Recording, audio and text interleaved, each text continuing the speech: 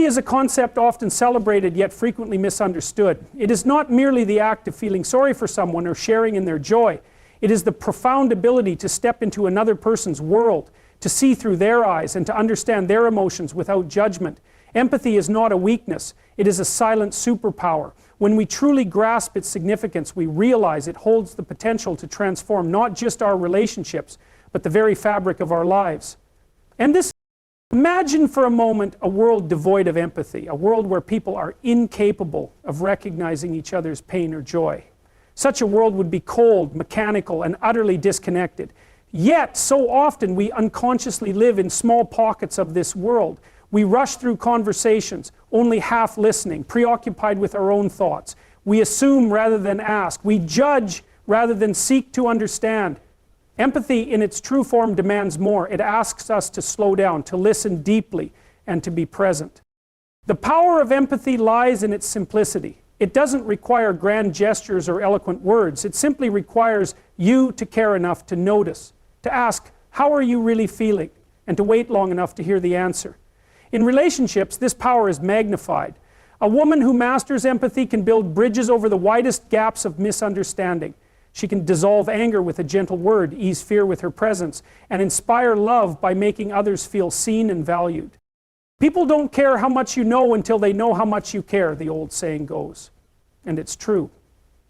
Empathy is not about fixing someone else's problems. It's about validating their experience. It's about saying, I may not fully understand what you're going through, but I'm here with you. Your feelings are valid. This simple act of acknowledgement is profoundly healing. It tells the other person, you matter. Your story matters. And isn't that what we all crave? To matter? Empathy, however, is not always easy. It requires a certain vulnerability, a willingness to let go of your own perspective long enough to entertain someone else's. It demands that you silence the urge to correct, to solve, or to advise. And this can be challenging, especially in moments of conflict. When emotions run high, the natural instinct is to defend, to assert, to prove a point. But what if, instead, we paused and chose to listen? What if we asked ourselves, what is this person truly feeling? What is the need beneath their words? In this pause lies the power of transformation. When you approach a heated argument with empathy, the dynamic changes. Instead of fueling the flames, you extinguish them with understanding. Empathy doesn't mean you agree with everything the other person says. It means you respect their perspective enough to give it space. It's not about losing yourself in the process, but about finding common ground. Empathy is also a mirror. It reflects back to us the areas where we need to grow. Sometimes the hardest person to empathize with is ourselves. We are quick to extend kindness to others, but slow to forgive our own mistakes. Yet the relationship you have with yourself sets the tone for every other relationship in your life. To be empathetic toward others, you must first learn to be empathetic toward yourself. You must give yourself permission to feel, to grieve, to heal. There's a quiet strength in this self-compassion.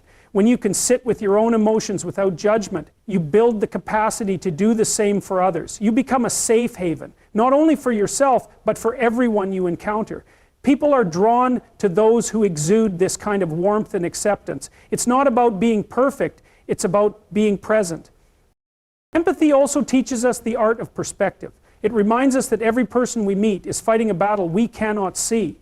That colleague who snapped at you may be struggling with unseen burdens. That friend who hasn't returned your call may be wrestling with their own fears.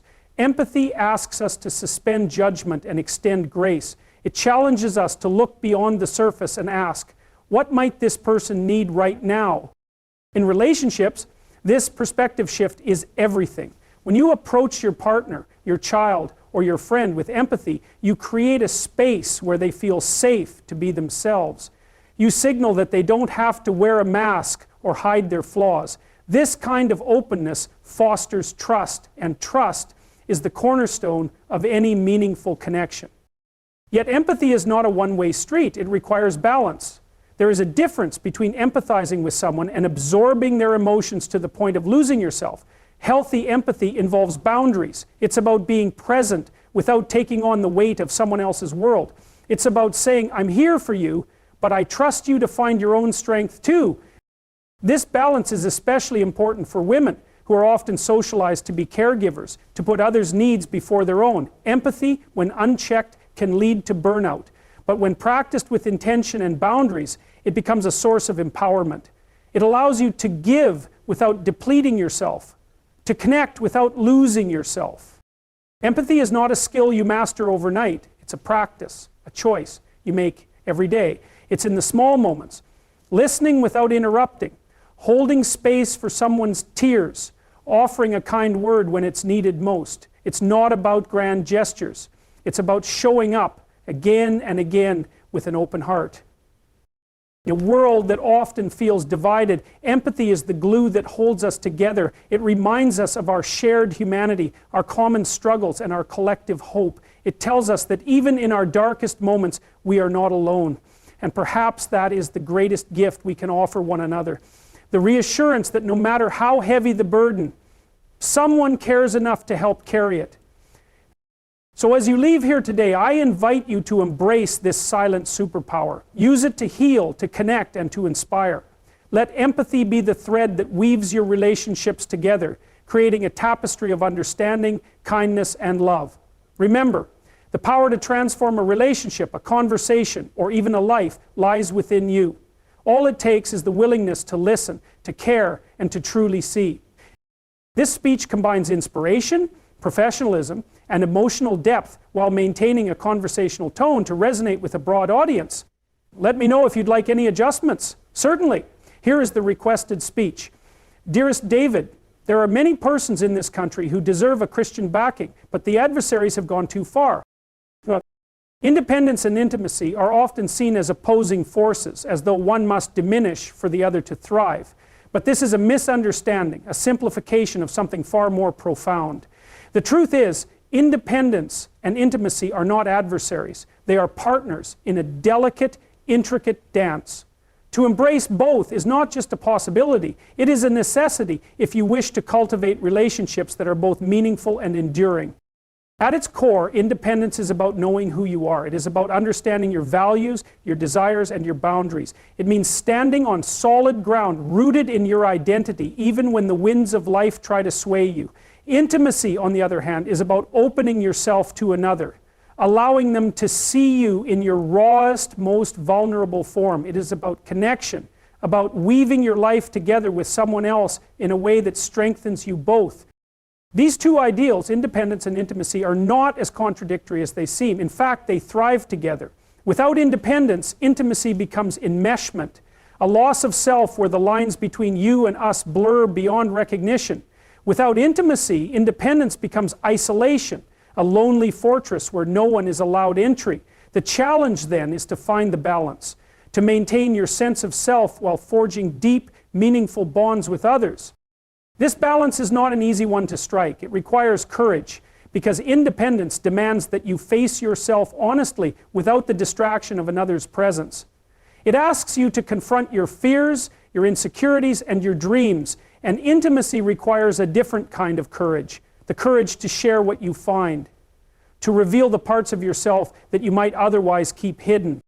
Becoming yourself, someone once said, is the greatest act of rebellion, and it is true.